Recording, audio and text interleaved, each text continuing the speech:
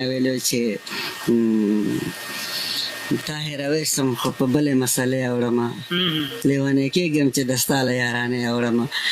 دا دغه ډېره چلېدلې وه داسې نورې سندرې که نه آزاد صاحب غزل طرف ته رادرومو غزل باندې تاسو چوره کوئ تاسو غزل څومره لیکلي دي غزل خو دا بس انشاءالله چې زه وایم چې ما د کال چې د 300 باندې شپېته ورځې نو مطلب چې د 3 کاله ما متواتر غزل پوسټ کړ هره ورځ مې غزل پوسټ کړ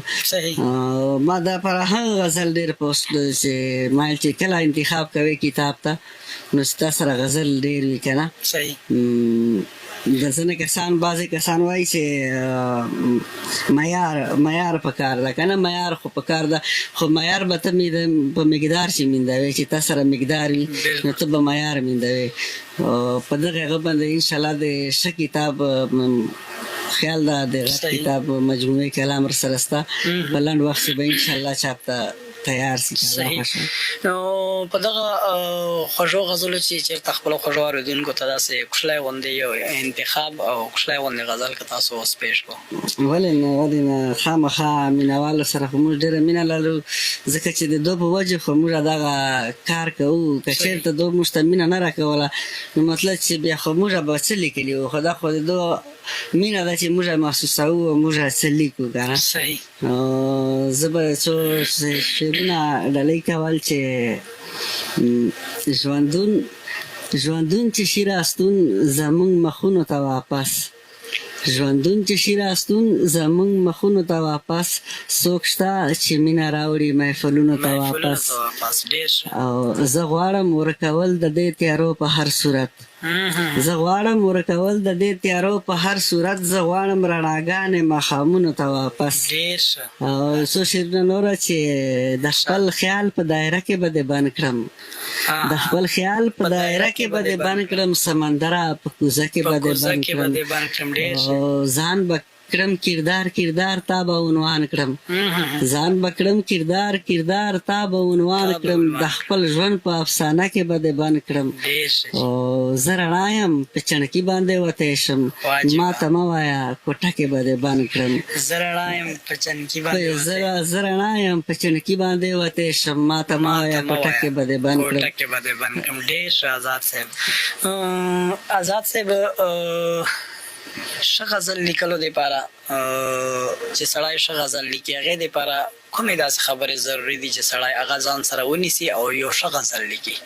موږ کوم جای شهر ته هلته زده کړه کېږي که نه هغه ادبي ډګر هغه ټولنې موږ ناکامې سوې تقریبا ډېرې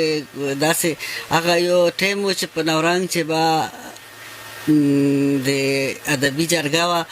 نو مطلب چې اجلاس په 160 165 یو سل شپېته باندې دا شاعران به راتله بلکل اوس دا حال دی چې موږ ټولنې ته 10 کسان 12 کسان دا راشي خو بیا هم شکر په ده ده چې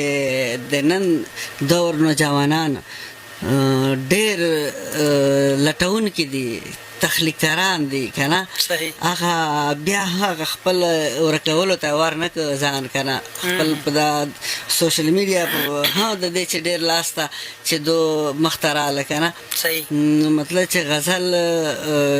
ډېر په کوچني جي باندې د نورنګ د مروت په سیمې ولاړ ده خو څه لږ کې تعصب شاید هر چېرته به وي خو موږ لږ کې زیات کوو دغې له وجې د ښه غزل دپاره ادبي ټولنې ضروري دي ادبي نستای ادبي اجلاسونه خو هغه زه وایم چې کم سله په دې باندې مې زړه بد ده خو انشاءالله موږ کوشش روان ده چې یو دوه ټولنې په یو ټایم باندې موږ روانې کړي دي کوشش کوو چې دواړه بحال سي او دلته د نوجوانان راځي او زده کړه کوي او ښه غزل لیکي نور خو تا ته پته ده چې په د اوس دور چې خو ډېر ښه غزل لیکي د نوي ماشومان بچیان دي دومره پوهه لري که نه چې ته به حیران کړي که نه دی چې زه څو نمونه واخلم چې دا زاهد امین صاحب څه تنویر مروت صاحب څه د ممخیلو والا اکرام مروت صاحب څه داسې نور کسان چې دا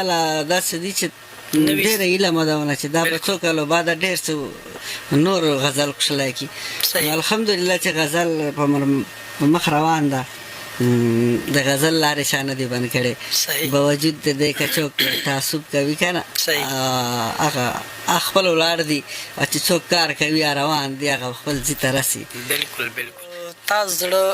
څه غواړي چې دغو شاعرانو ورونو ته ته څه ویل غواړې چې ووایې چې یاره دا ټولنې چې دي دا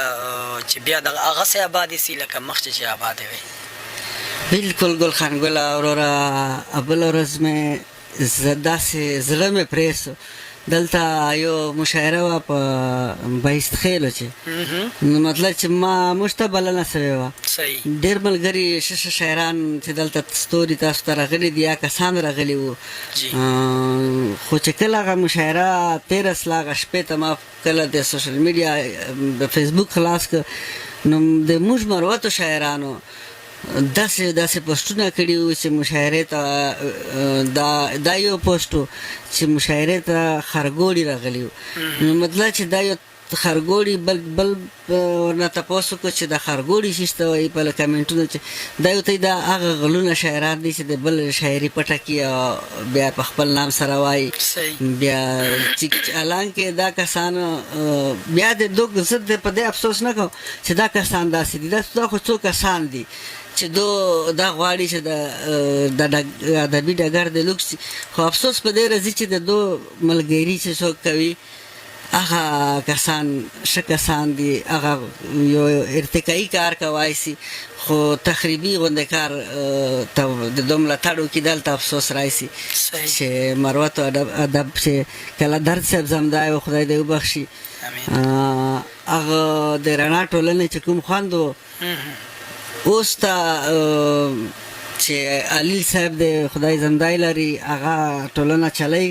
خو هغه شی خوند نه ده چې هغه درد صاحب په وخت چې به داسې د نورنګ ادبي ټولنې دي که نه چې هغه خپله حیثیت یې بایللی ده که نه،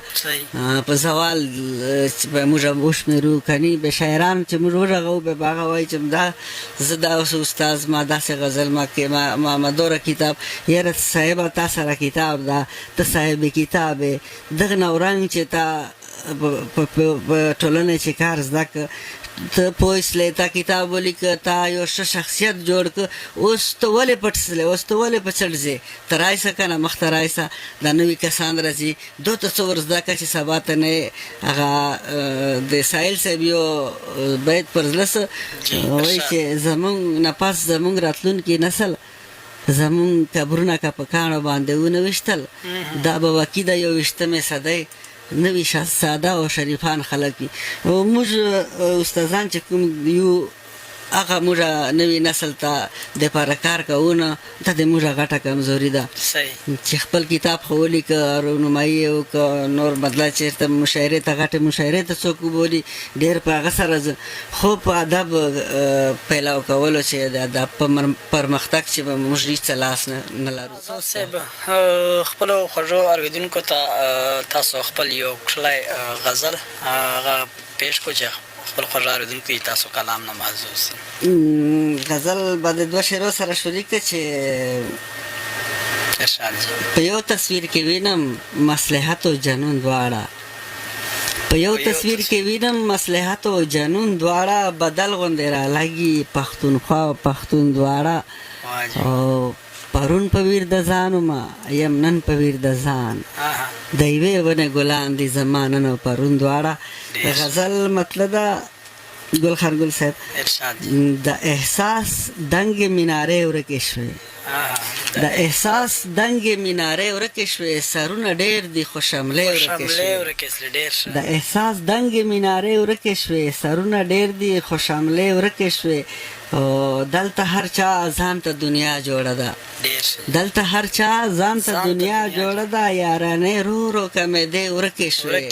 دلته هر چا ځان ته دنیا جوړه ده، یارانې رو رو کمېدې ورکې شوې، اوس مو تر منځه دیوالونه جوړ شول، اوس مو تر منځه دیوالونه جوړ شول، اوس مو تر منځ ګیلې مانې ورکې شوې،